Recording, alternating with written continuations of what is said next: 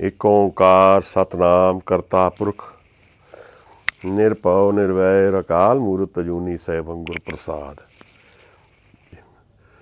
धन धन गुरु ग्रंथ साहब जी महाराज, धन गुरु गोबिंद सिंह साहब सच्चे पातशाह, गुरु नानक गुरु गोबिंद सिंह दसम गुरु साहिबान, पंज प्यारे चार साहिबजादे महाराज। कृपा करो महाराज, कृपा करो, कृपा करो दीन के दाते, मेरा गुण अवगुण ना विचारो महाराज। नज़र कर दो महाराज। साहिब वाहिगुरु जी का खालसा, वाहिगुरु जी की फतेह। गुरप्रसाद दी विचार चलदी सी, ਉਹ 2 दिन ਅਸੀਂ ਵਿੱਚ ਵਿਗਨ ਰਹੇ। ਕਿਰਪਾ ਮਹਾਰਾਜ ਦੀ ਹੋਈ ਜੇ ਨਜ਼ਰ ਕਰਨ ਤੇ ਅੱਗੇ ਅਸੀਂ ਵਿਚਾਰ ਕਰ ਪਾਈਏ। ਗੁਰੂ ਗ੍ਰੰਥ ਸਾਹਿਬ ਮਹਾਰਾਜ ਇਸ ਦੁਨੀਆ ਵਿੱਚ ਭਟਕਦੇ ਹਨੇਰੇ ਦੇ ਵਿੱਚ ਅੰਧਕੂਪ ਮੇ ਪਤਿਤ ਵਿਕਰਾਲ, ਨਾਨਕ ਕਾਢ ਲਏ ਪ੍ਰਭ ਦਿਆਲ। ਸਾਨੂੰ ਸਾਡੀਆਂ ਅਵਸਥਾਵਾਂ ਦੇ ਹਿਸਾਬ ਨਾਲ ਮਹਾਰਾਜ ਆਦੇਸ਼ ਕਰਦੇ ਹੈ। ਔਰ ਗੁਰੂ ਗ੍ਰੰਥ ਸਾਹਿਬ ਜੀ ਇੱਕ ਇਹੋ ਜਿਹੀ ਜੋਤ ਹਾਜ਼ਰ ਹੈ ਜਿਸ ਤੋਂ ਭਟਕਿਆ ਹੋਇਆ ਆਪਣਾ ਰਾਹ ਲੱਭ ਸਕਦਾ ਹੈ। ਕਿਵੇਂ ਉਸ ਜੋਤ ਨੂੰ ਪਾ ਲੈਣਾ ਹੈ, ਕਿਵੇਂ ਜੀਵਨ ਰੂਪੀ ਪ੍ਰਸ਼ਨ ਨੂੰ ਜਾਣ ਲੈਣਾ ਹੈ, ਕਿਵੇਂ ਅੰਤਰ ਵਿੱਚ ਵਿਕਾਸ ਪ੍ਰਾਪਤ ਕਰ ਲੈਣਾ ਹੈ, ਕਿਵੇਂ ਜੀਵਨ ਨੂੰ ਜਿੱਤ ਕੇ ਜਾਣਾ ਹੈ। ਇਹ ਨਿਸ਼ਾਨੀਆਂ ਗੁਰੂ ਸਾਹਿਬਾਨ ਦੇ ਜੀਵਨ ਤੋਂ ਵੀ ਸਾਨੂੰ ਮਿਲਦੀਆਂ ਹਨ, ਉਹਨਾਂ ਦੇ ਸਿੱਖਾਂ ਤੋਂ, ਉਹਨਾਂ ਦੇ ਜੀਵਨ ਤੋਂ ਵੀ ਸਾਨੂੰ ਮਿਲਦੀਆਂ ਹਨ। ਇੱਕ ਨਿੱਘ ਜਿਹਾ ਆਉਂਦਾ ਹੈ ਇਹੋ ਜਿਹੇ ਲੋਕਾਂ ਨਾਲ ਬੈਠ ਕੇ ਜਿਹੜੇ ਉਹਦੇ ਨਾਮ ਅਭਿਆਸੀ ਹੋਣ, ਜਿਨ੍ਹਾਂ ਨੂੰ ਸੱਤ ਦੀ ਜਾਣਨ ਦੀ ਤਾਂਘ ਹੋਏ। ਮਹਾਰਾਜ ਸਾਨੂੰ ਜੋ ਜਪਜੀ ਵਿੱਚ ਅੱਗੇ ਆ ਕੇ ਸਮਝਾਉਣਗੇ ਕਿ ਇਹੋ ਜਿਹੇ ਜਿਹੜੇ ਲੋਕ ਨੇ, ਇਹ ਦਰਅਸਲ ਸ੍ਰਿਸ਼ਟੀ ਦਾ ਹੋਣਾ ਜਸਟੀਫਾਈ ਕਰ ਦਿੰਦੇ ਹੈ। ਤੌਲ ਧਰਮ ਦਇਆ ਕਾ ਪੂਤ। ਦੁਨੀਆ ਵਿੱਚ 2 ਚੀਜ਼ਾਂ, ਇਹ ਗੱਲ ਮੈਨੂੰ ਯਾਦ ਆਉਂਦੀ ਹੈ, ਅੱਜ 30 ਸਾਲ ਤੋਂ ਉੱਪਰ ਦੀ ਗੱਲ ਹੈ। ਇਹ ਬਜ਼ੁਰਗ ਮੈਨੂੰ ਸਮਝਾਉਂਦੇ ਸੀ ਇੱਕ ਦਿਨ ਕਿ ਦੁਨੀਆ ਵਿੱਚ 2 ਚੀਜ਼ਾਂ ਨਹੀਂ ਲੱਭਦੀਆਂ, ਇੱਕ ਪ੍ਰਸ਼ਨ ਪੁੱਛਣ ਵਾਲਾ ਔਰ ਇੱਕ ਉਹਦਾ ਜਵਾਬ ਦੇਣ ਵਾਲਾ। ਜੀਵਨ 'ਚੋਂ ਕਿਹੜਾ ਪ੍ਰਸ਼ਨ ਪੁੱਛਣਾ ਹੈ ਤਾਂ ਕਿ ਮੈਂ ਜੀਵਨ ਤੋਂ ਜਿੱਤ ਕੇ ਜਾਵਾਂ। ਇਹ ਐਕਸਪੀਰੀਐਂਸ਼ੀਅਲ ਗੱਲ ਹੈ, ਇਹ ਕਿਸੇ ਦੇ ਦਿੱਤੇ ਨਹੀਂ ਮਿਲ ਸਕਦੀ। ਅਸੀਂ ਵਿਚਾਰ ਤਾਂ ਸੁਣ ਕੇ ਆਪਣੇ ਮਨ ਨੂੰ ਢਾਲ ਸਕਦੇ ਹਾਂ।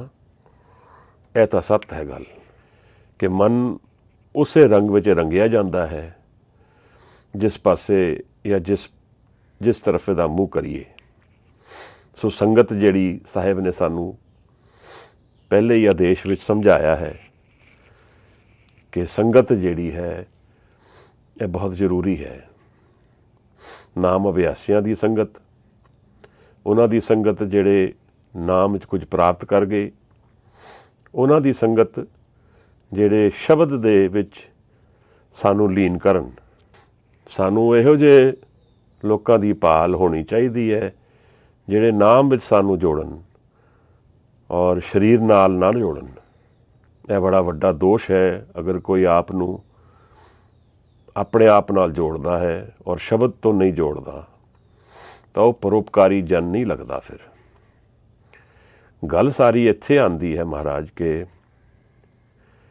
ਸ਼ਬਦ ਜਿਹੜਾ ਹੈ ਇਹ ਸਾਡੇ ਦੁੱਖਾਂ ਦਾ ਨਾਸ ਕਰੇਗਾ। ਸ਼ਬਦ ਨਾਲ ਕਿਵੇਂ ਜੁੜਨਾ ਹੈ? ਅਸੀਂ ਗੁਰਪ੍ਰਸਾਦ ਦੀ ਵਿਚਾਰ ਪਰਸੋਂ ਕੀਤੀ ਹੈ। ਗੁਰੂ ਸਾਹਿਬ ਨੇ ਕਿਰਪਾ ਕੀਤੀ, ਨਜ਼ਰ ਕੀਤੀ। ਅਸੀਂ ਮੂਲ ਮੰਤਰ ਦੀ ਵਿਚਾਰ ਕਰਕੇ ਅੱਗੇ ਚੱਲਣ ਲਈ ਤਿਆਰ ਹਾਂ। ਅੱਗੇ ਜਾਣ ਤੋਂ ਪਹਿਲਾਂ ਮੈਂ ਚਾਹੁੰਦਾ ਕਿ ਕੁਝ ਇਹੋ ਜਿਹੇ ਜੋ ਗੁਰੂ ਸਾਹਿਬ ਦੇ ਕੁਝ ਅੱਛੇ ਕੰਪੋਜੀਸ਼ਨਸ ਹਨ ਇੱਕ ਓਂਕਾਰ ਬਾਰੇ, ਜਿਹੜਾ ਕਾਲ ਉਸਤਤ ਵਿੱਚ ਵੀ ਮੈਂ ਆਪ ਨੂੰ ਮੈਂਸ਼ਨ ਕੀਤੇ ਸੀਗੇ। ਪਰਸੋਂ ਵਾਲੇ ਦਿਨ ਕੁਝ ਬਹਾਵ ਹੋਰ ਹੀ ਹੋਇਆ ਤਾਂ ਇਹ ਭੁੱਲ ਹੀ ਗਏ ਕਿ ਗੱਲ ਕਰਨੀ ਸੀ। ਮਹਾਰਾਜ ਸਾਨੂੰ ਆਦੇਸ਼ ਕਰਦੇ ਹੈ, जैसे एक आग ते कनुका कोट आग उठे, न्यारे न्यारे होए के फिर आग में मिलाएंगे। जैसे एक धूड़ ते अनेक धूड़ पूरत है, धूड़ के कनुका फिर धूड़ ही समाएंगे। जैसे एक नद ते तरंग कोट उपजत है, पान के तरंग सबे पान ही कहाएंगे। तैसे विश्व रूप ते अभूत भूत प्रगट होए, ताहे ते उपज ਸਵੇ ਤਾਹੇ ਮੇ ਸਮਾਏਂਗੇ। ਮਹਾਰਾਜ ਸਾਨੂੰ ਅੱਗ ਦੀ ਗੱਲ ਕਰਦੇ ਹੈ ਕਿ ਅੱਗ ਦੇ ਵਿੱਚ ਜਿਵੇਂ ਲਾਟਾਂ ਨਿਕਲਦੀਆਂ ਫਿਰ ਵਿੱਚ ਉਹਦੇ ਮਿਲ ਜਾਂਦੀਆਂ। ਸਾਨੂੰ ਮਿੱਟੀ ਦੀ ਧੂੜ ਦੀ ਗੱਲ ਕਰਦੇ ਹੈ ਕਿ ਧੂੜ ਦੇ ਜਿਹੜੇ ਅੰਸ਼ ਨੇ ਉਸ ਤੋਂ ਅਲੱਗ ਹੋ ਕੇ ਫਿਰ ਧੂੜ 'ਚ ਮਿਲ ਜਾਂਦੇ ਹੈ। ਪਾਣੀ ਦੀ ਗੱਲ ਕਰਦੇ ਹੈ, ਜਿਵੇਂ ਲਹਿਰਾਂ ਵਿੱਚੋਂ ਲਹਿਰ ਉੱਠ ਕੇ ਫਿਰ ਵਾਪਸ ਪਾਣੀ 'ਚ ਮਿਲ ਜਾਂਦੇ ਹੈ। ਮਹਾਰਾਜ ਕਹਿੰਦੇ ਹੈ ਇਸ ਤਰ੍ਹਾਂ ਹੀ ਸਾਰੀ ਸ੍ਰਿਸ਼ਟੀ ਇੱਕ ਤੋਂ ਉਪਜੀ ਹੈ ਔਰ ਇੱਕ ਵਿੱਚ ਵਾਪਸ ਸਮਾ ਜਾਏਗੀ। ਹੁਣ ਇਸ ਤਰ੍ਹਾਂ ਅਸੀਂ ਭਾਵ ਅਰਥ ਦੇਖੀਏ ਤਾਂ ਇਹ ਬਿਲਕੁਲ ਇੱਕ ਸਿਰੇ ਦੀ ਗੱਲ ਹੈ। ਇੱਥੇ ਹੁਣ ਦੋਸ਼ ਚੰਗਾ ਮਾੜਾ, ਉੱਚਾ ਨੀਵਾਂ, ਗਰੀਬ ਅਮੀਰ ਸਭ ਬਰਾਬਰ ਹੋ ਜਾਂਦਾ ਹੈ। ਉਸ ਨਿਰੰਕਾਰ 'ਚੋਂ ਸਭ ਉਪਜਿਆ ਹੈ, ਨਿਰੰਕਾਰ ਵਿੱਚ ਹੀ ਸਭ ਸਮਾ ਜਾਏਗਾ।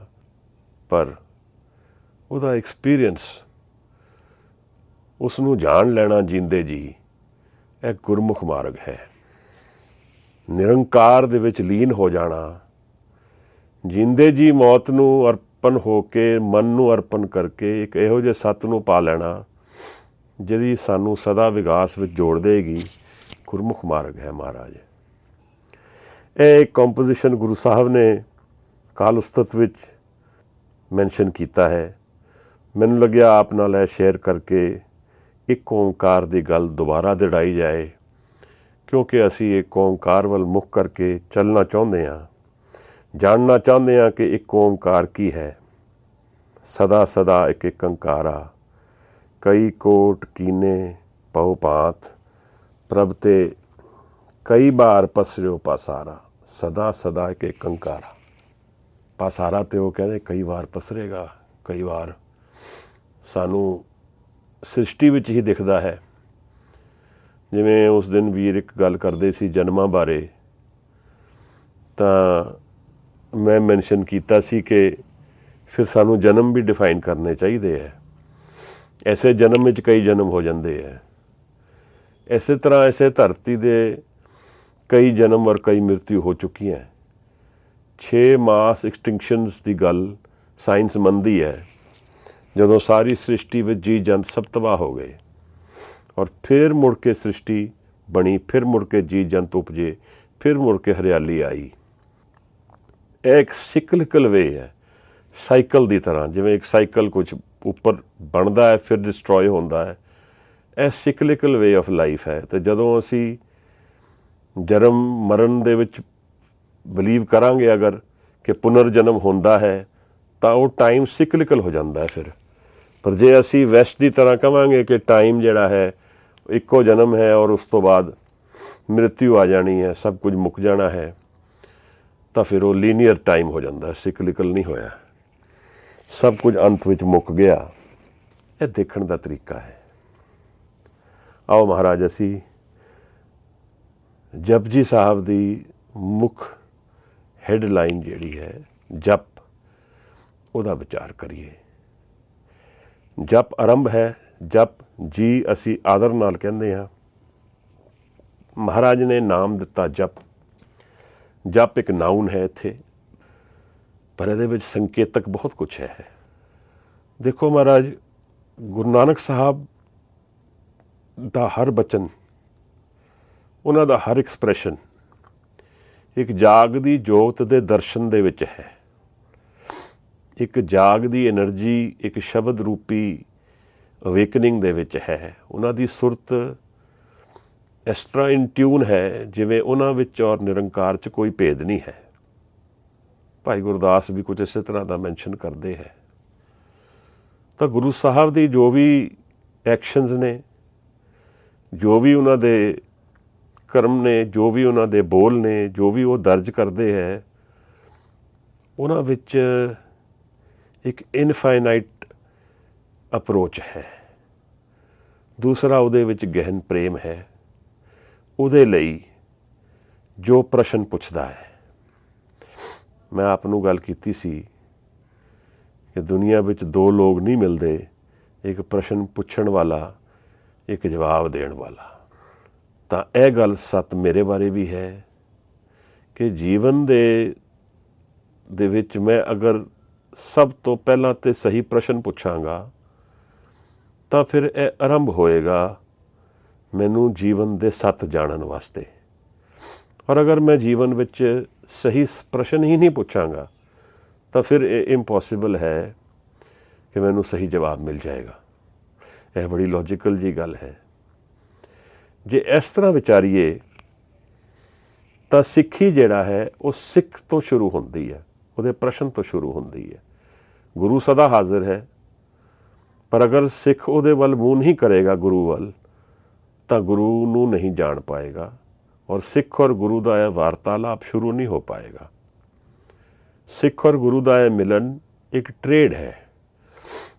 ਟ੍ਰੇਡ ਦੇਖਿਆ ਜਾ ਸਕਦਾ ਹੈ। ਗੁਰਬਾਣੀ ਵੀ ਸਾਨੂੰ ਕਹਿੰਦੀ ਹੈ ਕਿ ਇਹ ਇੱਕ ਸੱਤ ਦਾ ਵਣਜ ਹੈ। ਉਹਦੇ ਵਾਸਤੇ ਵਣਜ ਹੈ ਜਿਹੜਾ ਦੁਨੀਆ ਦੇ ਸੱਤ ਨੂੰ ਜਾਣਨ ਲਈ ਵਿਆਕੁਲ ਹੈ। ਵਿਆਕੁਲ ਤਾਂ ਉਹ ਵੀ ਹੈ ਜਿਹੜਾ ਸੱਤ ਨਹੀਂ ਜਾਣਨਾ ਚਾਹੁੰਦਾ, ਵਿਆਕੁਲ ਉਹ ਵੀ ਹੈ ਜਿਹੜਾ ਜਾਣਨਾ ਚਾਹੁੰਦਾ ਹੈ। ਦੋਨਾਂ ਦੇ ਵਿੱਚ ਵਿਆਕੁਲਤਾ ਭਾਵੇਂ ਹੋਏਗੀ, ਪਰ ਕੁਆਲਿਟੀ ਔਰ ਪ੍ਰੋਡਕਟ ਦੀ ਬਹੁਤ ਡਿਫਰੈਂਸੀਏਸ਼ਨ ਹੈ। ਕਿਸ ਪਾਸੇ ਨੂੰ ਇਹ ਵਿਆਕੁਲਤਾ ਲੈ ਜਾਏਗੀ, ਕਿਸ ਪਾਸੇ ਨੂੰ ਇਹ ਐਂਗਜ਼ਾਇਟੀ ਲੈ ਜਾਏਗੀ, ਇਹ ਬਹੁਤ ਫਰਕ ਨੇ ਦੋਨੋਂ।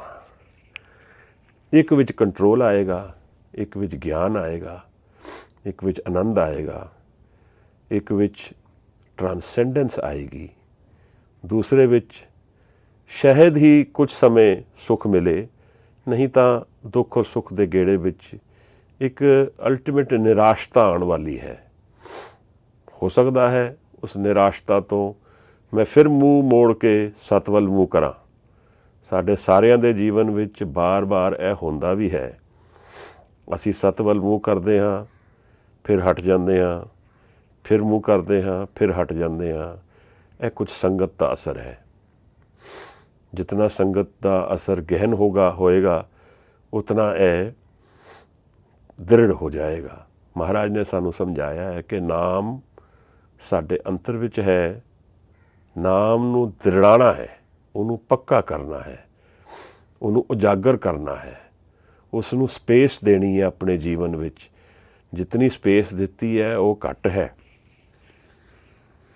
ਮਨ ਦੇ ਵਿੱਚ ਉਸ ਨੂੰ ਹੋਰ ਜਗ੍ਹਾ ਦੇਣੀ ਹੈ ਤਾਂ ਕਿ ਨਾਮ ਮੇਰੇ ਕਰਮ 'ਤੇ ਛਾਪ ਮਾਰ ਸਕੇ, ਮੇਰੀ ਸੋਚ 'ਤੇ ਛਾਪ ਮਾਰ ਸਕੇ ਔਰ ਮੇਰੀ ਚਾਲ 'ਤੇ, ਜੀਵਨ ਦੀ ਚਾਲ 'ਤੇ ਆਪਣਾ ਛਾਪ ਮਾਰ ਸਕੇ। ਇਹ ਜਿਹੜੀ ਮੀਟਿੰਗ ਹੈ ਸਿੱਖ ਔਰ ਗੁਰੂ ਦੀ, ਇਹ ਇੱਕ ਬੜੀ ਨਿਰਾਲੀ ਮੀਟਿੰਗ ਹੈ, ਕਿਉਂਕਿ ਇਹ ਹਨੇਰੇ ਔਰ ਜੋਤ ਦੀ ਮਿਲਣ ਦੀ ਕਹਾਣੀ ਹੈ। ਇਹ ਇੱਕ ਇਹੋ ਜਿਹੀ ਕਹਾਣੀ ਹੈ ਜਿੱਥੇ ਕੋਈ ਉਦਾਸ ਬੈਠਾ ਵਿਗਾਸ ਵਿੱਚ ਆ ਸਕਦਾ ਹੈ ਕੇਵਲ ਇੱਕ ਮੀਟਿੰਗ ਨਾਲ। ਇਹ ਇੱਕ ਇਹੋ ਜਿਹੀ ਕਹਾਣੀ ਹੈ ਜਿਹਦੇ ਵਿੱਚ ਇੱਕ ਜਨ ਜੋ ਦੁਨੀਆ ਤੋਂ ਕੁਝ ਵੀ ਨਹੀਂ ਲੈ ਕੇ ਜਾਏਗਾ, ਇਹੋ ਜਿਹਾ ਭੰਡਾਰਾ ਲਿਜਾ ਸਕਦਾ ਹੈ, ਇਹੋ ਜਿਹੇ ਹੀਰੇ ਲਿਜਾ ਸਕਦਾ ਹੈ ਜਿਹੜੇ ਉਸ ਤੋਂ ਕੋਈ ਖੋ ਨਹੀਂ ਸਕੇਗਾ। ਗੁਰੂ ਕੋਲ ਸਮਰਥਾ ਹੈ ਇਹ ਸਭ ਕੁਝ ਦੇਣ ਦੀ।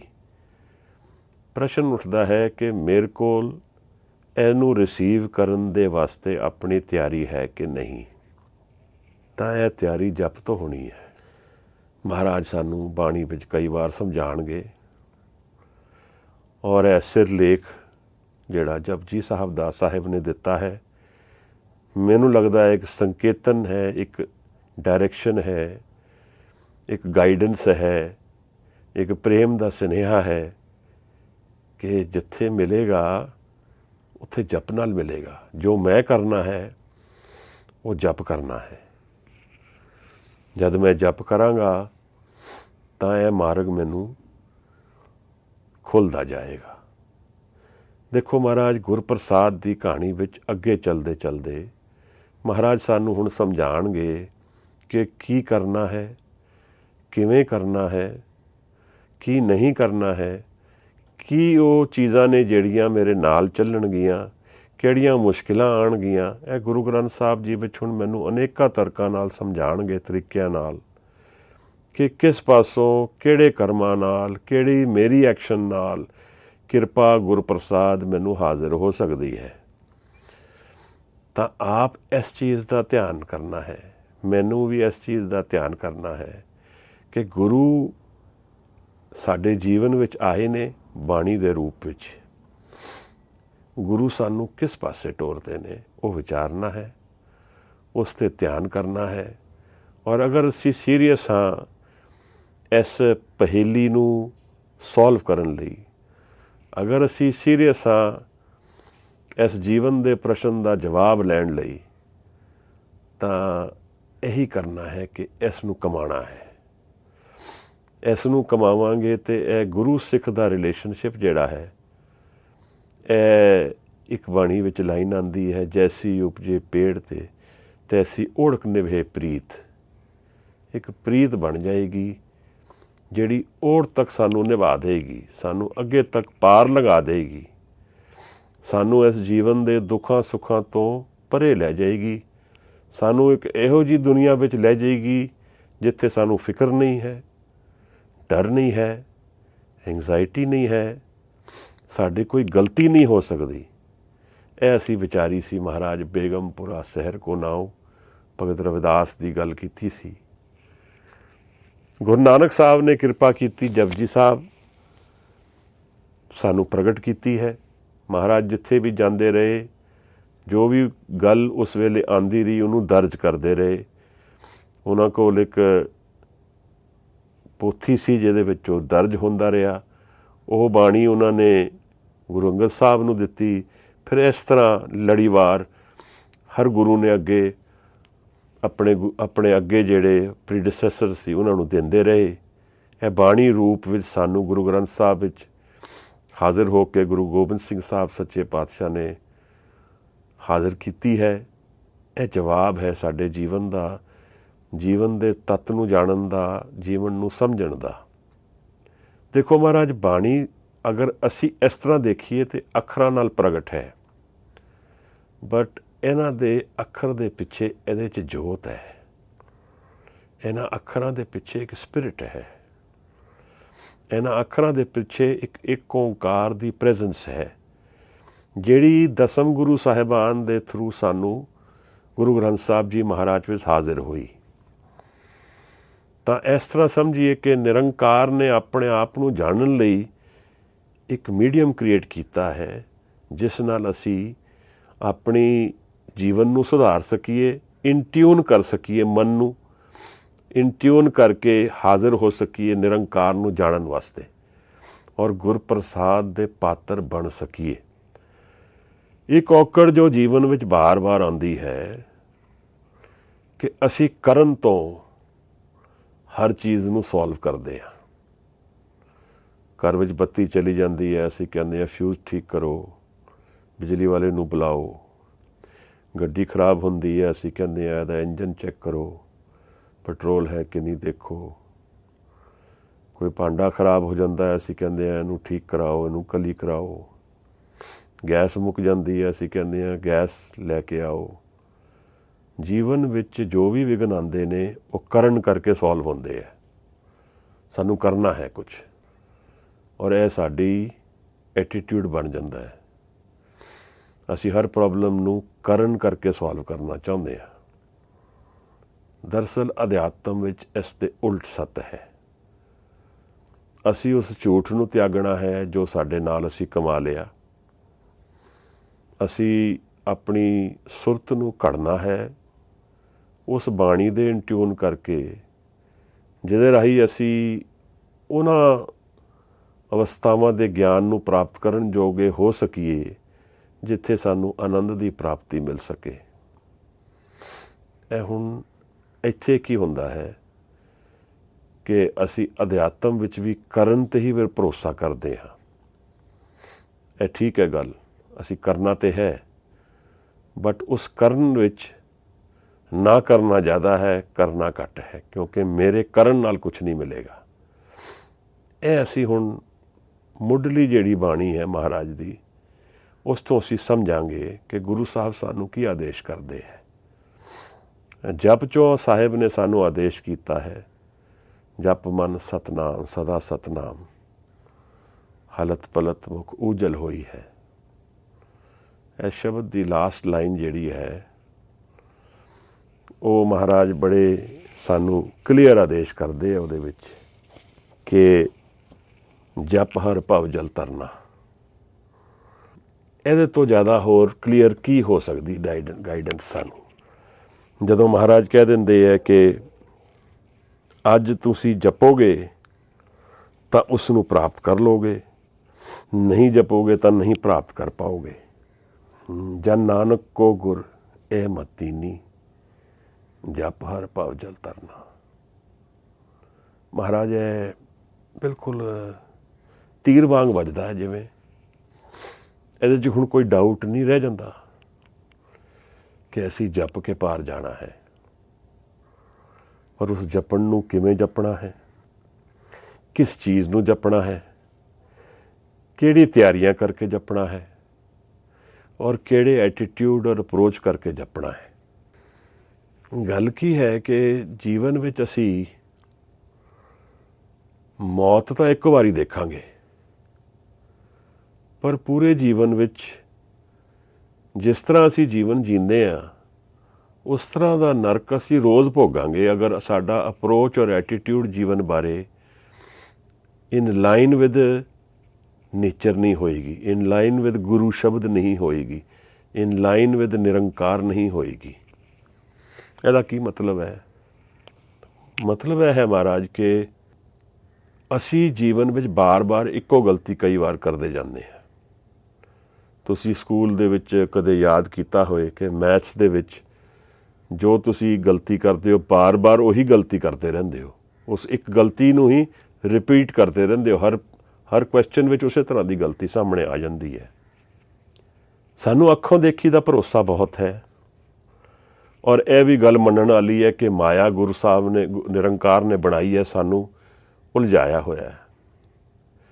ਉਸ ਉਲਝਣ ਵਿੱਚ, ਉਸ ਪਿਟਫਾਲ ਵਿੱਚ ਮਨ ਦੀ ਚੰਚਲ ਅਵਸਥਾ ਸਾਨੂੰ ਬਾਰ-ਬਾਰ ਡੇਗਦੀ ਰਹਿੰਦੀ ਹੈ, ਸਾਨੂੰ ਉਸ ਉਡਾਰੀ 'ਚੋਂ ਵਿਆਕੁਲ ਰੱਖਦੀ ਹੈ, ਹਟਾਏ ਰੱਖਦੀ ਹੈ, ਜਿਸ 'ਚ ਸਾਨੂੰ ਨਜ਼ਰ ਆਏ ਕਿ ਜੀਵਨ ਦਰਅਸਲ ਕੀ ਹੈ। ਤਾਂ ਅਸੀਂ ਅਗਰ ਜੀਵਨ ਨੂੰ ਇਸੇ ਤਰ੍ਹਾਂ ਅਪਰੋਚ ਕਰਾਂਗੇ ਕਿ ਇਹੀ ਇੱਕ ਲਾਈਫ ਹੈ। ਮੈਨੂੰ ਯਾਦ ਹੈ ਬਾਬਾ ਜੀ ਇਹ ਲਾਈਨ ਕਹਿੰਦੇ ਹੁੰਦੇ ਸੀ, eat drink and be merry tomorrow may be die. ਅਤੇ ਇਹ ਅਪਰੋਚ ਅਗਰ ਮੇਰੇ ਜੀਵਨ ਦੀ ਹੈ ਕਿ ਇਹ ਜੀਵਨ ਵਿੱਚ ਭੋਗਣੇ ਹੈ, ਬਾਕੀ ਕੁਛ ਨਹੀਂ ਹੈ,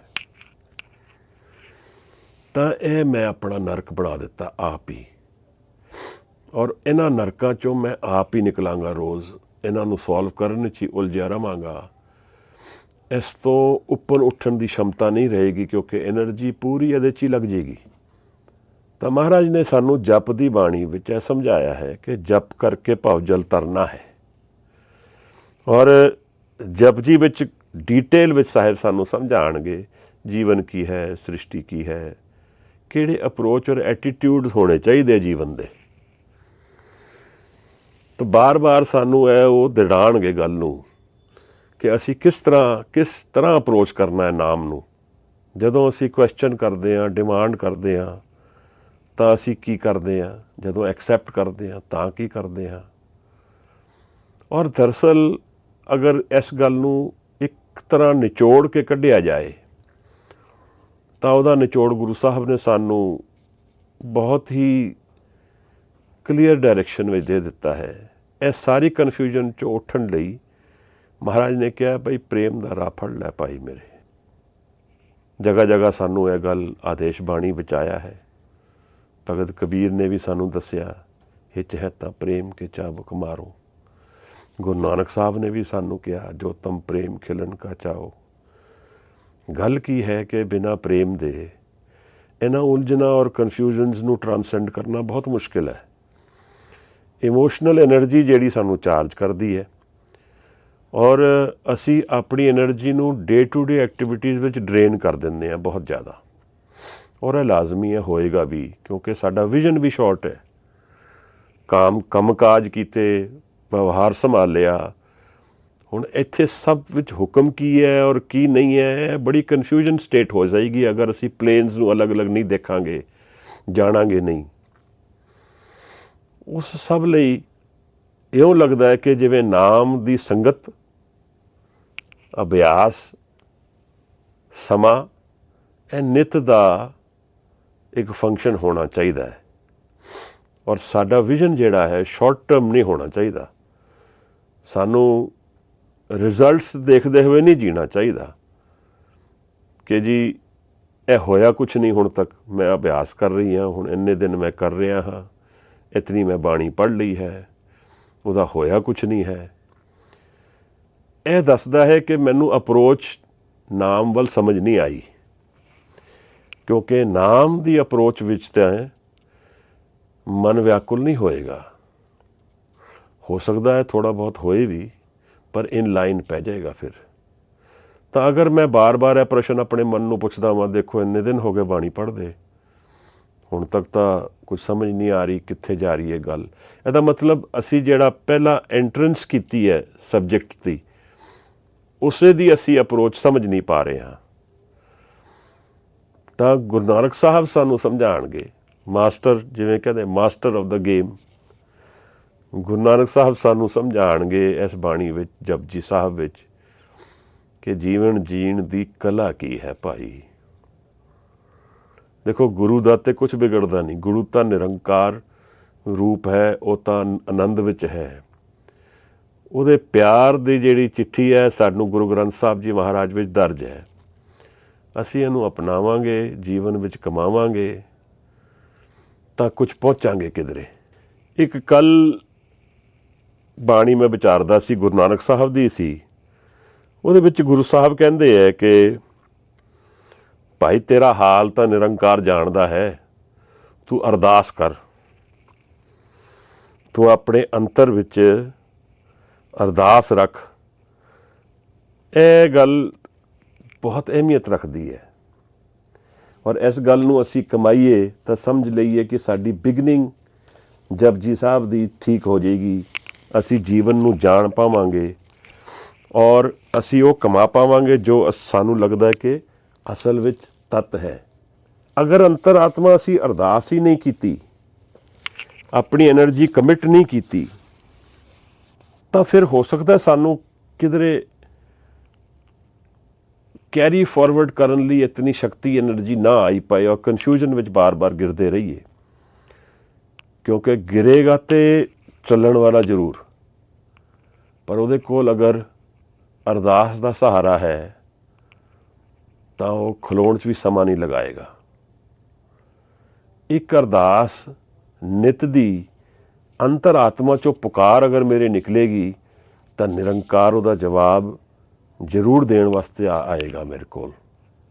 ਪਰ ਮੇਰੀ ਅਰਦਾਸ ਪਹਿਲੇ ਮੇਰੇ ਮਨ ਵਿੱਚ ਪੱਕੀ ਹੋਣੀ ਚਾਹੀਦੀ ਹੈ। ਮੈਨੂੰ ਫੇਥ ਹੋਣਾ ਚਾਹੀਦਾ ਮੈਂ ਜਾ ਕਿੱਥੇ ਰਿਹਾ। ਤਾਂ ਮਹਾਰਾਜ ਕਹਿੰਦੇ ਨੇ, ਹਵਾਲ ਮਾਲੂਮ ਦਰਦਨ ਪਾਕ ਅੱਲਾ, ਹਵਾਲ ਮਾਲੂਮ ਦਰਦਨ ਪਾਕ ਅੱਲਾ, ਬਗੋ ਨਾਨਕ ਅਰਦਾਸ ਪੇਸ਼ ਦਰਵੇਸ਼ ਬੰਦਾ, ਬਗੋ ਨਾਨਕ ਅਰਦਾਸ ਪੇਸ਼ ਦਰਵੇਸ਼ ਬੰਦਾ।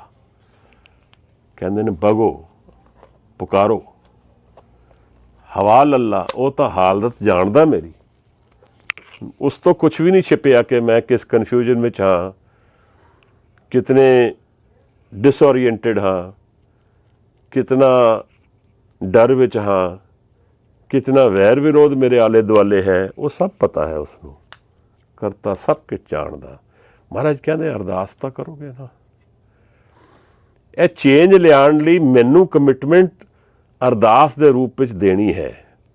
ਔਰ ਸਿੱਖ ਦੇ ਜੀਵਨ ਦੀ ਅਗਰ ਕੋਈ ਪਿਲਰਸ ਹੈਗੇ ਹੈ ਤਾਂ ਉਸ ਤੋਂ ਇੱਕ ਮੁੱਢਲਾ ਪਿਲਰ ਅਰਦਾਸ ਹੈ। ਅਰਜ਼ੇ ਦਸ਼ਤ ਇਹ ਪਰਸ਼ੀਅਨ ਸ਼ਬਦ ਹੈ ਔਰ ਮੋਹਸਿਨ ਫਾਨੀ ਨੇ ਸ਼ਾਇਦ ਇਹ ਲਿਖਿਆ ਹੈ ਕਿ ਸਿੱਖ ਦਾ ਜੀਵਨ ਬੜਾ ਅਜੀਬ ਹੈ। ਇਹ ਜੋ ਵੀ ਕਰਦੇ ਨੇ ਇਹ ਪਹਿਲੇ ਅਰਦਾਸ ਕਰਨ ਬੈਠਦੇ ਨੇ, ਜੰਗ ਵੀ ਲੜਨ ਜਾਂਦੇ ਨੇ ਤਾਂ ਵੀ ਅਰਦਾਸ ਕਰਦੇ ਨੇ, ਕੋਈ ਚੰਗਾ ਸਮਾਂ ਹੁੰਦਾ ਹੈ ਤਾਂ ਵੀ ਅਰਦਾਸ ਕਰਦੇ ਨੇ। ਤਾਂ ਅਰਦਾਸ ਸਾਡੇ ਜੀਵਨ ਦਾ ਮੁੱਢਲਾ ਸਿਧਾਂਤ ਹੈ। ਜਪਜੀ ਸਾਹਿਬ ਨੂੰ ਅਸੀਂ ਇੱਕ ਅਰਦਾਸ ਦੀ ਤਰ੍ਹਾਂ ਲੈ ਕੇ ਚੱਲਾਂਗੇ ਤਾਂ ਸਮਝ ਲਈਏ 9 ਆਊਟ ਆਫ 10 ਅਸੀਂ ਗੇਮ ਜਿੱਤ ਗਏ, ਕਿਉਂਕਿ ਅਰਦਾਸ ਵਿੱਚ ਇੱਕ ਬੜੀ ਡੀਪ ਕੁਆਲਿਟੀ ਹੁੰਦੀ ਹੈ ਜਿਹਦੇ 'ਚ ਮੈਂ ਆਪਣੇ ਆਪ ਨੂੰ ਸਰੈਂਡਰ ਕਰਕੇ ਚੱਲਦਾ। ਮੈਂ ਮੰਨਦਾ ਵਾਂ ਕਿ ਦੂਸਰੀ ਐਨਰਜੀ ਜਿਹੜੀ ਹੈ ਨਿਰੰਕਾਰ ਦੀ ਉਹ ਉੱਚੀ ਹੈ, ਉਹ ਮੇਰੇ 'ਤੇ ਪ੍ਰਸਾਦ ਬਖਸ਼ੇਗੀ। ਕਰਮ ਸੱਚਾ ਨਿਸ਼ਾਨ ਉਹਦਾ ਕਰਮ ਹੈ, ਉਹ ਮੈਨੂੰ ਮਿਲੇਗਾ। ਇਹ ਅੰਤਰ ਅਰਦਾਸ ਅਗਰ ਮੈਂ ਆਪਣੇ ਮਨ ਵਿੱਚੋਂ ਪੁਕਾਰ ਕਰਕੇ ਕੀਤੀ ਕਿ ਮਹਾਰਾਜ ਮੈਨੂੰ ਹਨੇਰੇ 'ਚੋਂ ਕੱਢ ਲਓ, ਮਹਾਰਾਜ ਇਹ ਦੁੱਖ ਸੁੱਖ ਦੇ ਗੇੜੇ 'ਚੋਂ ਮੈਂ ਪਰੇਸ਼ਾਨ ਹਾਂ, ਮੈਨੂੰ ਰਾਹ ਬਖਸ਼ੋ, ਮਹਾਰਾਜ ਮੈਨੂੰ ਜੀਂਦੇ ਜੀ ਆਨੰਦ ਰੂਪ ਗਿਆਨ ਹੋ ਜੇ, ਮਹਾਰਾਜ ਮੈਨੂੰ ਜੀਂਦੇ ਜੀ ਇਸ ਜੀਵਨ ਨੂੰ ਜਾਣਨ ਦੀ ਵਿਧੀ ਸਮਝ ਆ ਜੇ, ਕਾਲ ਰਹਿਤ ਜੀਵਨ ਮਿਲ ਜਾਏ, ਮਹਾਰਾਜ ਕਾਲ ਰਹਿਤ ਜੀਵਨ ਮਿਲ ਜਾਏ। ਉਹ ਜੀਵਨ ਮਿਲੇ ਜਿਹੜਾ ਮੇਰੇ ਤੋਂ ਕਦੇ ਮੌਤ ਵੀ ਨਹੀਂ ਲੈ ਸਕਦੀ। ਇਹ ਬਾਣੀ ਸਾਨੂੰ ਸਿਖਾਉਂਦੀ ਹੈ। ਅਰਦਾਸ ਅਸੀਂ ਕਰਨੀ ਹੈ। ਅਗਰ ਇਸ ਨੂੰ ਇੱਕ ਇਮੈਜਨ ਕਰੋ ਆਪ ਕਿ ਆਪ ਕਿਧਰੇ ਟੁਰਦੇ ਫਿਰਦੇ ਜਾ ਰਹੇ ਹੋ ਔਰ ਗੁਰੂ ਸਾਹਿਬ ਅੱਗੇ ਆ ਜਾਣ ਔਰ ਪੁੱਛਣ ਕਿ ਭਾਈ ਮੰਗ ਕੀ ਮੰਗਦਾ ਹੈ, ਤਾਂ ਇਹ ਸਮਝਣਾ ਕਿ ਅਸੀਂ ਸਾਰੇ ਕਨਫਿਊਜ਼ ਹੋ ਜਾਵਾਂਗੇ, ਸਾਨੂੰ ਕਲੈਰਿਟੀ ਨਹੀਂ ਹੋਏਗੀ ਕੀ ਮੰਗਣਾ ਹੈ। ਔਰ ਆਪ ਇਸ ਗੱਲ ਨੂੰ ਗਲਤ ਨਾ ਸਮਝਣਾ, ਇਹ ਜਾਣਨ ਦੀ ਤਿਆਰੀ ਸਾਨੂੰ ਹੋਣੀ ਚਾਹੀਦੀ ਹੈ, ਕਿਉਂਕਿ ਇਸ ਕੁਐਸਚਨ 'ਚ ਮੈਂ ਐਨਰਜੀ ਪਾਵਾਂਗਾ, ਇਸ ਕੁਐਸਚਨ 'ਚ ਮੈਂ ਨਾਮ ਪਾਵਾਂਗਾ ਤਾਂ ਨਾਮ ਦਾ ਰਿਜ਼ਲਟ ਗੁਰਪ੍ਰਸਾਦ ਨਾਲ ਆਏਗਾ। ਦੀਵਾ ਮੇਰਾ ਏਕ ਨਾਮ ਦੁੱਖ ਵਿੱਚ ਪਾਇਆ ਤੇਲ। ਇਸ ਨਾਮ ਰੂਪੀ ਪ੍ਰਸ਼ਨ ਨੂੰ ਮੈਂ ਆਪਣੇ ਅੰਦਰ ਜਗਾਵਾਂਗਾ ਜਿਹੜਾ ਸੱਤ ਦੀ ਭਾਲ ਰੱਖਦਾ ਹੈ, ਸਿੱਖੀ ਜੀਵਨ ਬਖਸ਼ਦਾ ਹੈ, ਗੁਰਸਿੱਖੀ ਜੀਵਨ ਬਖਸ਼ਦਾ ਹੈ, ਸੱਤ ਦੀ ਭਾਲ। ਔਰ ਸੱਤ ਦੀ ਭਾਲ ਨੂੰ ਅਗਰ ਮੈਂ ਨਿਕਲਿਆ ਤਾਂ ਉਹ ਸੱਤ ਦਾ ਵਪਾਰੀ ਮੈਨੂੰ ਮਿਲੇਗਾ। ਔਰ ਅਗਰ ਮੈਂ ਸੱਤ ਦੀ ਭਾਲ ਨੂੰ ਨਿਕਲਿਆ ਹੀ ਨਹੀਂ, ਮੈਨੂੰ ਪਤਾ ਹੀ ਨਹੀਂ ਮੈਂ ਕੀ ਲੱਭਣਾ ਜੀਵਨ 'ਚੋਂ, ਤਾਂ ਉਸੇ ਤਰ੍ਹਾਂ ਫਿਰ ਮੈਂ ਕਨਫਿਊਜ਼ ਰਵਾਂਗਾ। ਮੇਰਾ ਪ੍ਰਸ਼ਨ ਹੀ ਫਾਰਮ ਨਹੀਂ ਹੋਇਆ ਤਾਂ ਜਵਾਬ ਫਿਰ ਮੈਨੂੰ ਕਿਸ ਰੂਪ ਵਿੱਚ ਆਉਣਾ ਹੈ ਪਤਾ ਨਹੀਂ ਹੈ। ਤਾਂ ਮੈਨੂੰ ਇਹ ਲੱਗਦਾ ਹੈ ਕਿ ਅਸੀਂ ਬਾਣੀ ਨੂੰ ਜਦੋਂ ਅਪਰੋਚ ਕਰੀਏ, ਇੱਕ ਅੰਤਰ ਦੀ ਅਰਦਾਸ ਰੱਖੀਏ ਕਿ ਗੁਰੂ ਮਹਾਰਾਜ ਸਾਨੂੰ ਨਾਮ ਬਖਸ਼ੋ, ਸਾਨੂੰ ਸ਼ਬਦ ਦਾ ਐਕਸਪੀਰੀਅੰਸ ਬਖਸ਼ੋ, ਸਾਨੂੰ ਹਾਜ਼ਰ ਹਜ਼ੂਰ ਖੁਦਾਏ ਇਹ ਗੱਲ ਕਿਧਰੇ ਬਖਸ਼ੋ, ਮਹਾਰਾਜ ਸਾਨੂੰ ਧਿਆਨ ਬਖਸ਼ੋ ਕਿ ਅਸੀਂ ਸ਼ਬਦ ਵਿੱਚ ਲੀਨ ਹੋ ਸਕੀਏ। ਇਹ ਅਰਦਾਸ ਅਗਰ ਅੰਤਰ ਰਹੇਗੀ ਤਾਂ ਇਹ ਆਪਣੇ ਸਮੇਂ ਨਾਲ ਆਪਣਾ ਰੰਗ ਲਿਆਏਗੀ। ਉਸ ਤੋਂ ਬਾਅਦ ਅਸੀਂ ਫਿਰ ਉਡੀਕ ਰੱਖਣੀ ਹੈ, ਇਹ ਨਹੀਂ ਪਤਾ ਹੈ ਕਦੋਂ ਸਮਾਂ ਆਏਗਾ। ਉਸ ਤੋਂ ਬਾਅਦ ਅਸੀਂ ਇਸ ਅਰਦਾਸ ਦੇ ਸਹਾਰੇ ਜਦੋਂ ਡਿੱਗਾਂਗੇ ਬਾਰ-ਬਾਰ ਖੜੇ ਹੁੰਦੇ ਰਵਾਂਗੇ। ਇੱਕ ਬੜਾ ਫੇਮਸ ਬਾਕਸਰ ਹੋਇਆ ਅਮਰੀਕਾ ਦਾ, ਮੁਹੰਮਦ ਅਲੀ ਸੀਗਾ, ਅਤੇ ਉਹ ਕ੍ਰਿਸਚਨ ਪਰ ਉਹ ਕਨਵਰਟ ਹੋਇਆ ਫਿਰ ਇਸਲਾਮ ਨੂੰ। ਉਹਦੀ ਅਗਰ ਤੁਸੀਂ ਹਿਸਟਰੀ ਪੜ੍ਹੋ ਜੀਵਨ ਦੀ ਤਾਂ ਉਹਦੇ 'ਚ ਇੱਕ ਬੜੀ ਡੀਪ ਕੁਆਲਿਟੀ ਸੀ। ਉਹ ਨੌਕਆਊਟ 'ਤੇ ਹੋ ਜਾਂਦਾ ਸੀ ਬਾਰ-ਬਾਰ, ਪਰ ਉਹ ਗਿਰ ਕੇ ਫਿਰ ਖੜਾ ਹੁੰਦਾ ਸੀ ਦੁਬਾਰਾ, ਔਰ ਜਾਣ ਕੇ ਆਪਣੇ ਆਪ ਨੂੰ ਗਿਰਵਾ ਵੀ ਦਿੰਦਾ ਸੀ, ਉਸ ਨੂੰ ਥਕਾ ਦਿੰਦਾ ਸੀ ਅਪੋਨੈਂਟ ਨੂੰ ਆਪਣੇ, ਕਿ ਉਹ ਇਤਨਾ ਮੈਨੂੰ ਮਾਰੇ ਤੇ ਫਿਰ ਮੈਂ ਖੜਾ ਹੋ ਜਾਵਾਂ ਦੁਬਾਰਾ, ਜਦੋਂ ਥੱਕ ਜੇ ਫਿਰ ਮੈਂ ਲੜਾਂ ਉਹਦੇ ਨਾਲ। ਮੈਂ ਆਪ ਨੂੰ ਕੀ ਕਹਿਣਾ ਚਾਹੁੰਦਾ ਹਾਂ, ਇਹ ਵੈਲਿਊ ਜੀਵਨ ਵਿੱਚ ਨਹੀਂ ਰੱਖਦਾ ਕਿ ਮੈਂ ਕਿਤਨੀ ਵਾਰੀ ਗਿਰਿਆ। ਇਹ ਵੈਲਿਊ ਜ਼ਰੂਰ ਰੱਖਦਾ ਹੈ ਕਿ ਮੈਂ ਗਿਰ ਕੇ ਖੜਾ ਹੁੰਦਾ ਰਿਹਾ। ਮੈਨੂੰ ਕਿਸੇ ਗਿਰਨ ਤੋਂ ਨਿਰਾਸ਼ਤਾ ਨਹੀਂ ਹੋਈ, ਮੈਂ ਫਿਰ ਅਰਦਾਸ ਔਰ ਬਾਣੀ ਦਾ ਸਹਾਰਾ ਲੈ ਕੇ ਫਿਰ ਖੜਾ ਹੋ ਗਿਆ। ਇਹ ਹੈ ਕੁਆਲਿਟੀ ਜਿਹੜੀ ਸਿੱਖ ਦੀ ਹੈ। ਸਿੱਖ ਕਿਸੇ ਤਰ੍ਹਾਂ ਵੀ ਹਾਰਦਾ ਨਹੀਂ ਹੈ। ਇਸ ਤਰ੍ਹਾਂ ਉਹਦੀ ਹਾਰ ਵੀ ਜਿੱਤ ਬਣ ਜਾਂਦੀ ਹੈ ਜਦੋਂ ਉਹਦੀ ਮਨ ਦੇ ਵਿੱਚ ਨਿਰਾਸ਼ਤਾ ਨਹੀਂ ਆਉਂਦੀ, ਉਹਦੇ ਮਨ ਦੀ ਢਹਿੰਦੀ ਕਲਾ ਨਹੀਂ ਆਉਂਦੀ। ਉਹ ਨਾਮ ਦੇ ਸਹਾਰੇ ਨਾਲ ਫਿਰ ਚੜ੍ਹਦੀ ਕਲਾ 'ਚ ਆ ਜਾਂਦਾ ਹੈ। ਔਰ ਨਾਮ ਔਰ ਅਰਦਾਸ ਇਹ ਸੋਟੀਆਂ ਲੈ ਕੇ ਤੁਰਦਾ ਹੈ, ਆਪਣੇ ਗੁਰੂ ਨੂੰ ਭਾਲਦਾ ਹੈ। ਦਰਅਸਲ ਗੁਰੂ ਵੀ ਐਸੇ ਸਿੱਖ ਨੂੰ ਪਾਲਦਾ ਹੈ।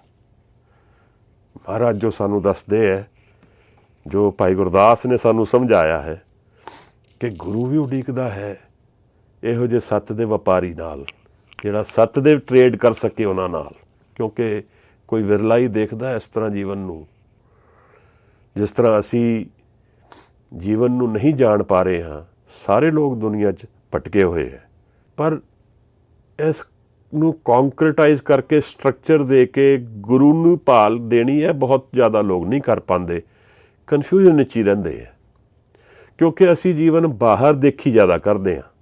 ਤਾਂ ਮਤਲਬ ਕੀ ਹੈ, ਜੋ ਦੂਸਰਾ ਕਰਦਾ ਹੈ ਅਸੀਂ ਉਸ ਤੋਂ ਆਪਣੇ ਜੀਵਨ ਨੂੰ ਗਾਈਡੈਂਸ ਲੈਂਦੇ ਹਾਂ, ਔਰ ਬਾਅਦ ਦਫਾ ਉਹ ਦੂਸਰਾ ਗਲਤ ਹੁੰਦਾ ਹੈ। ਸੋ ਇੱਕ ਅਮਰੀਕਨ ਫਿਲੋਸਫਰ ਨੇ ਗੱਲ ਕੀਤੀ ਸੀ ਕਿ ਦੀ ਅਦਰ ਇਜ਼ ਹੈਲ, ਕਿ ਜੋ ਅਸੀਂ ਆਪਣਾ ਮਾਪਦੰਡ ਦੂਸਰੇ ਦੇ ਹਿਸਾਬ ਨਾਲ ਬਣਾ ਕੇ ਚੱਲਾਂਗੇ ਤੇ ਨਰਕ ਵਿੱਚ ਜਾਵਾਂਗੇ, ਕਿਉਂਕਿ ਦੂਸਰਾ ਬਦਲਦਾ ਜਾਏਗਾ ਰੋਜ਼, ਤੇ ਮੇਰੀ ਤਾਂ ਇੱਥੇ ਹਾਰ ਹੀ ਹੋਣੀ ਹੈ, ਕਦੇ ਵੀ ਜਿੱਤ ਨਹੀਂ ਹੋ ਸਕਦੀ। ਮੈਂ ਅਗਰ 4 ਨੂੰ ਜਿੱਤਾਂਗਾ ਤਾਂ 5ਵਾਂ ਫਿਰ ਕੋਈ ਹਾਜ਼ਰ ਹੋਏਗਾ ਜਿਹੜਾ ਮੇਰੇ ਤੋਂ ਅੱਗੇ ਹੋਏਗਾ। ਸਮਝਣਾ ਕੀ ਹੈ ਇਸ ਗੱਲ ਨੂੰ ਕਿ ਅਸੀਂ ਅੰਤਰਮੁਖੀ ਜੀਵਨ ਜੀਣਾ ਹੈ, ਆਪਣੇ ਜੀਵਨ ਨੂੰ ਵੀ ਸੰਭਾਲ ਕੇ ਚੱਲਣਾ ਹੈ, ਔਰ ਨਾਲ ਨਾਲ ਸੱਤ ਦੀ ਭਾਲ ਇੱਕ ਐਨਰਜੀ ਵਾਂਗ ਅਰਦਾਸ ਰੂਪੀ ਜੀਵਨ ਵਿੱਚ ਲਗਾਤਾਰ ਹੋਣੀ ਹੈ। ਜੋ ਮੈਂ ਸਮਝਿਆ ਜੀਵਨ ਤੋਂ ਕਿ ਕਈ ਵਿਘਨ ਆਉਣਗੇ, ਕਈ ਤਰ੍ਹਾਂ ਦੀਆਂ ਚੇਂਜਸ ਆਉਣਗੇ, ਔਰ ਕੋਈ ਗਾਰੰਟੀ ਨਹੀਂ ਹੈ ਕਿ ਕਿਸ ਪਾਸੇ ਨੂੰ ਕਰਮ ਸਾਡੇ ਲੈ ਜਾਣ, ਪਰ ਅੰਤਰ ਵਿੱਚ ਅਸੀਂ ਅਗਰ ਅਰਦਾਸ ਰੱਖਾਂਗੇ ਤਾਂ ਇਹ ਭਰੋਸਾ ਹੈ ਕਿ ਨਿਰਾਸ਼ ਨਹੀਂ ਜਾਵਾਂਗੇ, ਔਰ ਨਾਮ ਸਾਨੂੰ ਲਾਈਕ ਏ ਬੀਕਨ ਲਾਈਟ ਗਾਈਡ ਕਰਦਾ ਰਹੇਗਾ। ਜਪ ਦੀ ਬਾਣੀ ਵਿੱਚੋਂ ਮਹਾਰਾਜ ਨੇ ਜਪਜੀ ਸਾਹਿਬ ਦੇ ਮੁੱਢਲੀ ਬਾਣੀ ਜਿਹੜੀ ਗੁਰੂ ਗ੍ਰੰਥ ਸਾਹਿਬ ਜੀ ਦੀ ਹੈ, ਉਹਦੀ ਵਿਚਾਰ ਵਿੱਚ ਜਪ ਦਾ ਸਾਨੂੰ ਆਦੇਸ਼ ਕੀਤਾ ਹੈ ਕਿ ਸਾਨੂੰ ਨਾਮ ਜਪ ਕੇ ਹੀ ਜੀਵਨ ਪਾਰ ਕਰਨਾ ਹੈ। ਨਾਮ ਜਪਾਂਗੇ ਤਾਂ ਜੀਵਨ ਦੇ ਪਾਰ ਜਾਵਾਂਗੇ।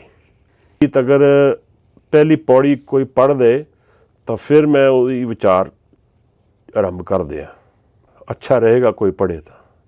ਵਾਹਿਗੁਰੂ ਜੀ। ਮਹਾਰਾਜ ਇਹ 4 ਜਿਹੜੇ ਪਹਿਲੇ ਆਦ ਸੱਤ ਦੇ ਦਰਸ਼ਨ ਕਰੀਏ, ਜੋ ਮਹਾਰਾਜ ਨੇ ਸਾਨੂੰ ਇੱਕ ਓਮਕਾਰ ਦਾ ਪ੍ਰਗਟਾਵਾ ਇੱਕ ਹੋਰ ਬਾਰ ਦਿੱਤਾ ਹੈ। ਆਦ ਸੱਚ, ਜੁਗਾਦ ਸੱਚ, ਹੈ ਵੀ ਸੱਚ, ਨਾਨਕ ਹੋਸੀ ਵੀ ਸੱਚ। ਸਮੇਂ ਦੀ 4 ਡਾਇਮੈਂਸ਼ਨਸ ਗੁਰੂ ਨਾਨਕ ਸਾਹਿਬ ਨੇ ਦੱਸੀਆਂ ਨੇ। ਇੱਕ ਬ੍ਰਹਮ ਗਿਆਨੀ ਪੂਰਨ ਪੁਰਸ਼ ਮਹਾਰਾਜ ਜੀਵਨ ਨੂੰ ਕਿਸ ਤਰ੍ਹਾਂ ਦੇਖਦੇ ਹੈ, ਨਿਰਾਲਾ ਰੂਪ ਹੈ। ਮਹਾਰਾਜ ਕਹਿੰਦੇ ਹੈ ਇਹੋ ਜਿਹਾ ਵੀ ਸਮਾਂ ਹੈ ਜਦੋਂ ਸਮਾਂ ਨਹੀਂ ਹੈ, ਉਸ ਨੂੰ ਸਾਹਿਬ ਨੇ ਆਦ ਸੱਚ ਕਿਹਾ ਹੈ। ਇਹ ਕਿੰਨੀ ਡੂੰਘੀ ਗੱਲ। ਜਦੋਂ ਕੋਈ ਸਮਾਂ ਨਹੀਂ ਹੈ, ਕੁਛ ਵੀ ਨਹੀਂ ਹੈ, ਸਿਰਫ ਉਹੀ ਨਿਰੰਕਾਰ ਹੈ, ਤਾਂ ਮਹਾਰਾਜ ਕਹਿੰਦੇ ਆ ਉਹ ਆਦ ਉਦੋਂ ਵੀ ਹੈ ਜਦੋਂ ਅਸੀਂ ਕੋਈ ਵੀ ਨਹੀਂ ਹੈ, ਸ੍ਰਿਸ਼ਟੀ ਵਿੱਚ ਕੁਛ ਵੀ ਨਹੀਂ ਹੈ, ਇਹ ਸਾਰਾ ਯੂਨੀਵਰਸ ਕਲੈਪਸ ਹੋ ਚੁੱਕਿਆ ਹੈ, ਪਰ ਉਹ ਹੈ। ਇਸ ਕਰਕੇ ਉਹਦਾ ਹੋਣਾ ਸੱਤ ਹੈ। ਸੱਤ ਦੀ ਡੈਫੀਨੇਸ਼ਨ ਹੀ ਇਹ ਬਣਦੀ ਹੈ ਜਿਹੜਾ ਥਿਰ ਹੈ, ਸਟੇਬਲ ਹੈ, ਨੈਵਰ ਚੇਂਜਿੰਗ ਹੈ, ਔਰ ਐਵਰ ਪ੍ਰੈਜ਼ੈਂਟ ਹੈ, ਜੋ ਸਮੇਂ ਨਾਲ ਖ਼ਤਮ ਨਹੀਂ ਹੋ ਸਕਦਾ, ਸਮੇਂ ਨਾਲ ਬਦਲ ਨਹੀਂ ਸਕਦਾ, ਔਰ ਜੋ ਹਮੇਸ਼ਾ ਹਰ ਸਿਚੁਏਸ਼ਨ ਵਿੱਚ ਟਾਈਮ ਸਪੇਸ ਔਰ ਕੌਜ਼ ਤੋਂ ਪਰੇ ਹੈ। ਨਾ ਕੋਈ ਜਗ੍ਹਾ 'ਤੇ ਡਿਪੈਂਡੈਂਟ ਹੈ ਉਹ, ਨਾ ਕੋਈ ਕਾਰਨ ਕਰਕੇ ਹੈ, ਨਾ ਕੋਈ ਸਮੇਂ 'ਚ ਬੰਦਿਸ਼ ਹੈ। ਤਾਂ ਸਾਹਿਬ ਜਿਹੜੀ ਸਾਨੂੰ ਆਦੇਸ਼ ਕਰਦੇ ਹੈ ਕਿ ਜਦੋਂ ਕੁਛ ਵੀ ਨਹੀਂ ਸੀ ਤਾਂ ਵੀ ਉਹ ਹੈ ਆਦ ਸੱਚ, ਔਰ ਸੱਚ ਹੈ ਜਿਸ ਰੂਪ ਵਿੱਚ ਉਹ ਹੈ, ਉਹੀ ਰੂਪ ਵਿੱਚ ਨਿਰੰਤਰ ਉਸੇ ਰੂਪ ਵਿੱਚ ਹਾਜ਼ਰ ਹੈ। ਕੋਈ ਚੇਂਜ ਆਫ ਕੁਆਲਿਟੀ ਨਹੀਂ ਹੈ। ਅਸੀਂ ਜਿਤਨੀ ਦੁਨੀਆ ਦੇਖਦੇ ਹਾਂ ਇਹਦੇ ਵਿੱਚ ਸਭ ਕੁਝ ਚੇਂਜਿੰਗ ਹੈ, ਕੁਛ ਵੀ ਸਟੇਬਲ ਨਹੀਂ ਹੈ। ਆਪ ਦੇਖੋ, ਇਸ ਗੱਲ ਨੂੰ ਵਿਚਾਰੋ, ਜਦੋਂ ਇਹ ਸਿਚੁਏਸ਼ਨ ਇਕੋਨਮੀ, ਦੁਨੀਆ, ਇਹ ਪੂਰੇ ਕੰਟਰੀਜ਼ ਚੱਲ ਰਹੀਆਂ ਨੇ ਤਾਂ ਸਾਨੂੰ ਲੱਗਦਾ ਹੈ ਸਦਾ ਲਈ ਹੋਣਗੀਆਂ। ਅਤੇ ਦੇਖੋ ਹੁਣ ਇਹ ਸਾਡੇ ਹੁੰਦੇ ਹੋਏ ਕੀ ਐਕਸਪੀਰੀਅੰਸ ਅਸੀਂ ਕੀਤਾ ਹੈ ਕਿ ਕਿਤਨਾ ਅਨਸਟੇਬਲ ਹੈ ਸਿਸਟਮ।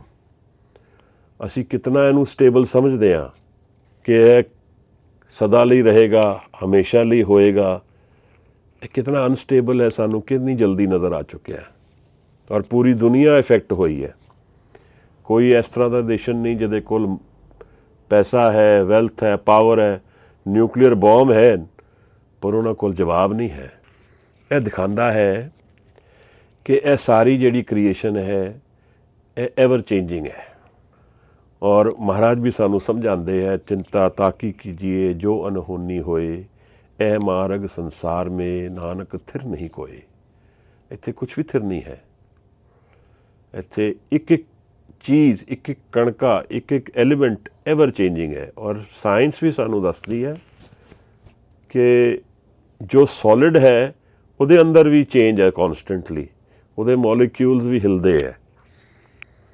ਸਪੇਸ, ਐਮਟੀ ਸਪੇਸ ਜਿਹੜੀ ਹੈ ਉਹ ਜ਼ਿਆਦਾ ਹੈ, ਔਰ ਉਸ ਸਪੇਸ ਨੂੰ ਮੂਵਮੈਂਟ ਕਰਕੇ ਸਾਨੂੰ ਸੋਲਿਡ ਨਜ਼ਰ ਆਉਂਦਾ ਹੈ। ਤਾਂ ਇਹਦਾ ਭਾਵ ਅਰਥ ਕੀ ਹੈ? ਭਾਵ ਅਰਥ ਇਹ ਹੈ ਮਹਾਰਾਜ ਕਿ ਜੋ ਵੀ ਅਸੀਂ ਜਿੱਥੇ ਵੀ ਜੀ ਰਹੇ ਹਾਂ, ਜਿਸ ਵੀ ਅਵਸਥਾ ਵਿੱਚ ਅਸੀਂ ਹੈਗੇ ਹਾਂ, ਜਿਹੜੇ ਵੀ ਜੀਵਨ ਨੂੰ ਅਸੀਂ ਜੀ ਰਹੇ ਹਾਂ, ਇਹ ਇੱਕ ਐਵਰ ਚੇਂਜਿੰਗ ਮੂਵਮੈਂਟ ਹੈ, ਕੌਨਸਟੈਂਟਲੀ ਚੇਂਜਿੰਗ ਹੈ।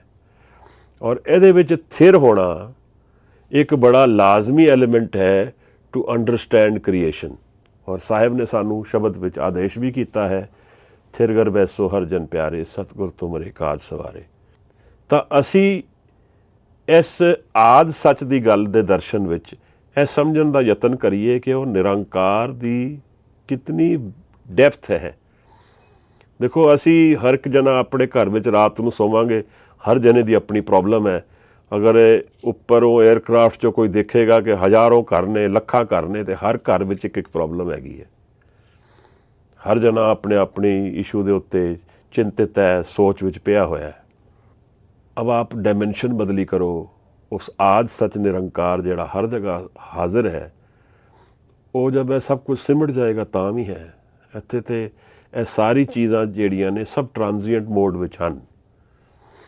ਤਾਂ ਗੁਰੂ ਸਾਹਿਬ ਨੇ ਸਾਨੂੰ ਮੁੱਢਲੇ ਹੀ ਪੈਰ ਰੱਖਦੇ ਹੀ ਸਮਝਾ ਦਿੱਤਾ ਹੈ ਕਿ ਦੁਨੀਆ ਵਿੱਚ ਇੱਕੋ ਸੱਤ ਹੈ, ਇੱਕੋ ਚੀਜ਼ ਸਟੇਬਲ ਹੈ, ਇੱਕੋ ਚੀਜ਼ ਹੈ ਜਿਹੜੀ ਪਾਉਣ ਵਾਲੀ ਵਸਤੂ ਹੈ, ਬਾਕੀ ਚੇਂਜਿੰਗ ਹੈ ਸਾਰੀ ਟਾਈਮ ਨਾਲ।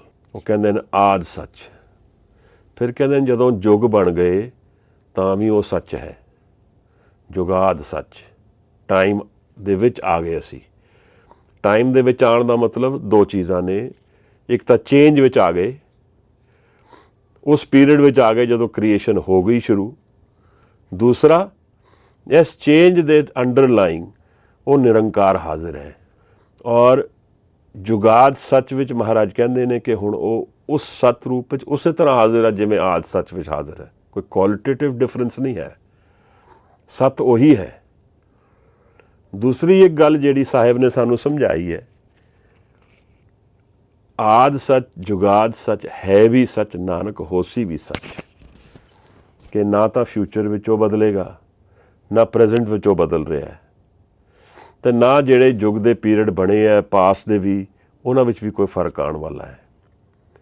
ਤਾਂ ਸਾਨੂੰ ਜਾਣਨਾ ਇਸੇ ਵਸਤੂ ਨੂੰ ਹੈ, ਉਸ ਇੱਕ ਓਂਕਾਰ ਨੂੰ ਜਾਣਨ ਲਈ ਅਸੀਂ ਟਰੈਵਲ ਸ਼ੁਰੂ ਕਰ ਰਹੇ ਹਾਂ। ਜਪਦੀ ਬਾਣੀ ਵਿੱਚ ਅਸੀਂ ਪੈਰ ਰੱਖ ਰਹੇ ਹਾਂ। First to understand that change is constant in the world and unchanging is only ਇੱਕ ਓਂਕਾਰ। ਉਹਦੇ ਦਰਸ਼ਨ, ਉਹਨੂੰ ਜਾਣਨਾ, ਉਹਦੀ ਡੈਪਥ ਨੂੰ ਕੰਪਰੀਹੈਂਡ ਅਸੀਂ ਕਰ ਨਹੀਂ ਪਾਵਾਂਗੇ ਕਦੇ, ਬਟ ਉਹਦੇ ਨਾਮ ਨੂੰ ਕਮਾ ਲੈਣਾ।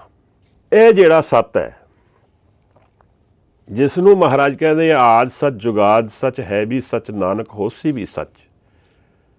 ਮਨ ਦੇ ਅੰਦਰ ਝਾਕਣਾ, ਆਪ ਦੇ ਮਨ ਦੇ ਅੰਦਰ ਪ੍ਰੈਜ਼ੈਂਟ ਹੈ। ਇਹ ਸਾਰੀ ਸ੍ਰਿਸ਼ਟੀ ਦਾ ਮਾਲਕ ਅੰਤਰ ਬੈਠਾ ਹੈ। ਮਿੱਟੀ ਝਾੜਨ ਦੀ ਲੋੜ ਹੈ, ਮਨ ਨੂੰ ਸਾਫ਼ ਕਰਨ ਦੀ ਲੋੜ ਹੈ, ਆਪਣੇ ਅੰਤਰ ਵਿੱਚ ਉਤਰਨ ਦੀ ਲੋੜ ਹੈ। ਕਿਤਨਾ ਸਮਾਂ ਅਸੀਂ ਅੰਤਰ ਉਤਰਦੇ ਹਾਂ, ਕਿਤਨਾ ਸਮਾਂ ਅਸੀਂ ਵਿਚਾਰਾਂ ਤੋਂ ਪਰੇ ਹੋ ਕੇ ਸ਼ਬਦ ਵਿੱਚ ਲੀਨ ਹੁੰਦੇ ਹਾਂ, ਕਿਤਨਾ ਸਮਾਂ ਅਸੀਂ ਰੋਜ਼ਮर्रा ਦੇ ਜੀਵਨ 'ਚੋਂ ਥੋੜ੍ਹੀ ਜਿਹੀ ਗੈਪ ਲੈ ਕੇ ਆਪਣੇ ਆਪ ਤੋਂ ਪਰੇ ਚਲੇ ਜਾਂਦੇ ਹਾਂ, ਆਪਣੀ ਆਈਡੈਂਟੀਟੀ ਤੋਂ ਪਰੇ ਚਲੇ ਜਾਂਦੇ ਹਾਂ, ਜੋ ਮੈਂ ਵੀ ਨਹੀਂ ਰਹਿੰਦਾ। ਅਤੇ ਇੱਕ ਉਡਾਰੀ ਮਾਰਨ 'ਚ ਜਿਵੇਂ ਇੱਕ ਪੰਛੀ ਉਡਾਰੀ ਮਾਰਦਾ ਹੈ ਥਰਮਲ ਕਰੰਟਸ ਵਿੱਚ, ਹਵਾ ਵਿੱਚ, ਇਸ ਤਰ੍ਹਾਂ ਕੋਈ ਸੁਰਤ ਵੀ ਉਡਾਰੀ ਮਾਰਦੀ ਹੈ। ਉਹ ਭਗਤ ਕਬੀਰ ਕਿਵੇਂ ਬਹੁਤ ਪਿਆਰ ਨਾਲ ਸਮਝਾਉਂਦੇ ਸੀ ਕਿ ਦੇ ਮੁਹਾਰ ਲਗਾਮ ਪਹਿਰਾਵੋ, ਸਗਲ ਤਜੀਨ ਗਗਨ ਦੌਰਾਵੋ, ਆਪਣੇ ਵਿਚਾਰ ਅਸਵਾਰੀ ਕੀਜੇ, ਸਹਿਜ ਕੇ ਪਾਵੜੇ ਪਗ ਧਰ ਲੀਜੇ। ਕਹਿੰਦੇ ਨੇ ਘੋੜਾ ਹੈ ਮੇਰੇ ਕੋਲ ਮਨ ਦਾ, ਔਰ ਮੈਂ ਆਪਣੇ ਮਨ, ਇਕਾਗਰ ਮਨ ਵਿੱਚ ਉਡਾਰੀ ਮਾਰਦਾ ਹਾਂ, ਟਰਾਂਸੈਂਡ ਕਰ ਜਾਂਦਾ।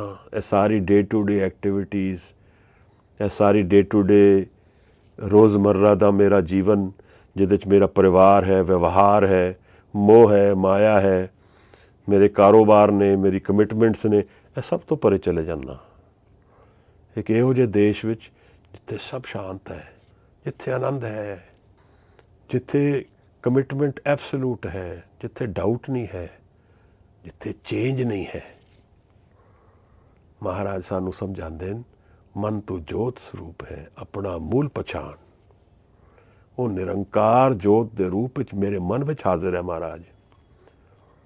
ਉਸ ਨੂੰ ਕਮਾਉਣਾ ਹੈ, ਇਸੇ ਸੱਤ ਨੂੰ ਕਮਾਉਣਾ ਹੈ ਜਿਹੜੇ ਗੁਰੂ ਸਾਹਿਬ ਸਾਨੂੰ, ਗੁਰੂ ਨਾਨਕ ਸਾਹਿਬ ਸਾਨੂੰ ਪਹਿਲੇ ਹੀ ਆਦੇਸ਼ ਕਰ ਦਿੰਦੇ ਹੈ ਕਿ ਇੱਕ ਓਂਕਾਰ ਇਸ ਰੂਪ ਵਿੱਚ ਹਾਜ਼ਰ ਹੈ, ਸਾਡੇ ਅੰਤਰ ਵੀ ਹਾਜ਼ਰ ਹੈ।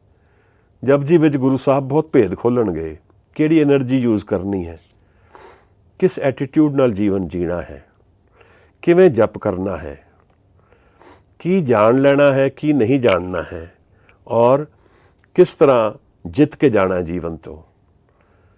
ਇਹ ਕੋਈ ਹਲਕੀਆਂ ਗੱਲਾਂ ਨਹੀਂ ਹਨ।